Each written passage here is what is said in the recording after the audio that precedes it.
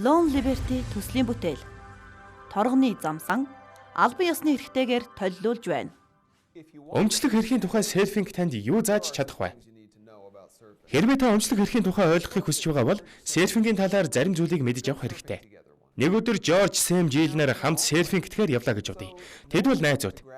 Тиймээс хэнч тохиромжтой бүх давлгаанд ганцаар серфинг хийхийг хүсэхгүй.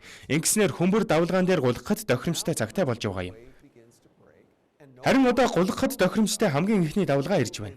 Харин тэд амиа хичээхийг хүсэхгүй байгаа учраас нэгэн рүүгээ харж хэн энэ давлгаанд гулгах талаар бодож байлаа. Энэ зур давлгаа алга болов. Гулгахад тэнд сайхан байсангүй. Жорж Сэм Жилд хэрэгтэй зүйл бол аль давлгааг хэн өмчлөхийг тодорхойлох юм. Ингэснээр тэд дараагийн давлгаа минийх гэж хэлэх хэрэгтэй болно. Хөвөө бодсондоо бос. Харин ч амиа хичээгээгүй учраас л тэд ингэх хэрэгтэй байгаа юм. Хэрвээ тэд амиа удсан бол бусдыгаа түлхэх эсвэл шахах байсан.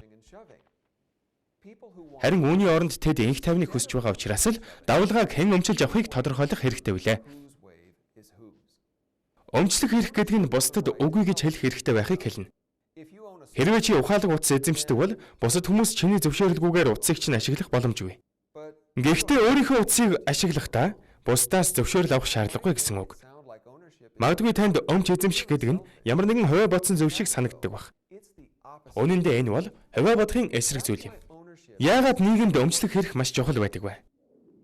Нэгт өмчлөх эрх биднийг илүү бүтээлч болгодог бөгөөд бид хүссэн зүйлээ хийх хэрэгтэй болдог. Баялаг эзэмшдэг хүмүүс түүнийгээ хөгжүүлж илүү үн цэнтэй болгосноор амжилтад хүрдэг. Иймээс тэд бусадтай чөлөө солилцоо хийх боломжтой болдог бөгөөд илүү их хөгжил цэцгэлтийг инхүү бүтээдэг. Хоёрт өмчлөх эрх үнэндээ аминч үзэл шунаг сэтгэлийг хязгаарладаг.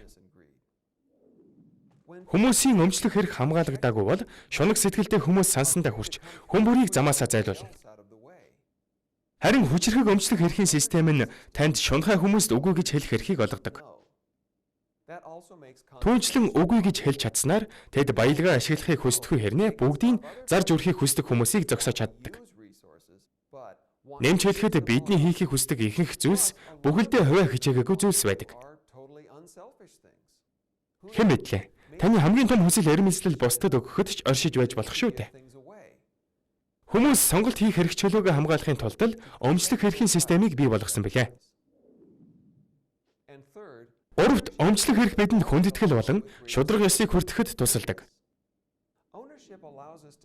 Өмчлөх эрх бидэнд өөрийн хэрэгцээндээ зориулж юмсыг өөрийн болгохыг зөвшөөрдөг. Тиймээс өмчлөх эрхийг хүндлэх гэдэг нь өөр хамааралтай зүйлсийг хэрэглэх замаар бусдыгаа хүндлэх нэгэн арга зам юм. Гэвч өмчлөх эрх сайн хамгаалагдаагүй бол ерөнхийдөө эмзэгдүү, эрх мэдэл, улс төрийн холбоо сүлбээгүй хүмүүсийг л хамгийн их зовоодог. Хүч чадал ихтэй хүмүүс газар нутгаа тэлж, татаа суулн тусламжийн хэлбэрээр мөнгө цуглуулах болно.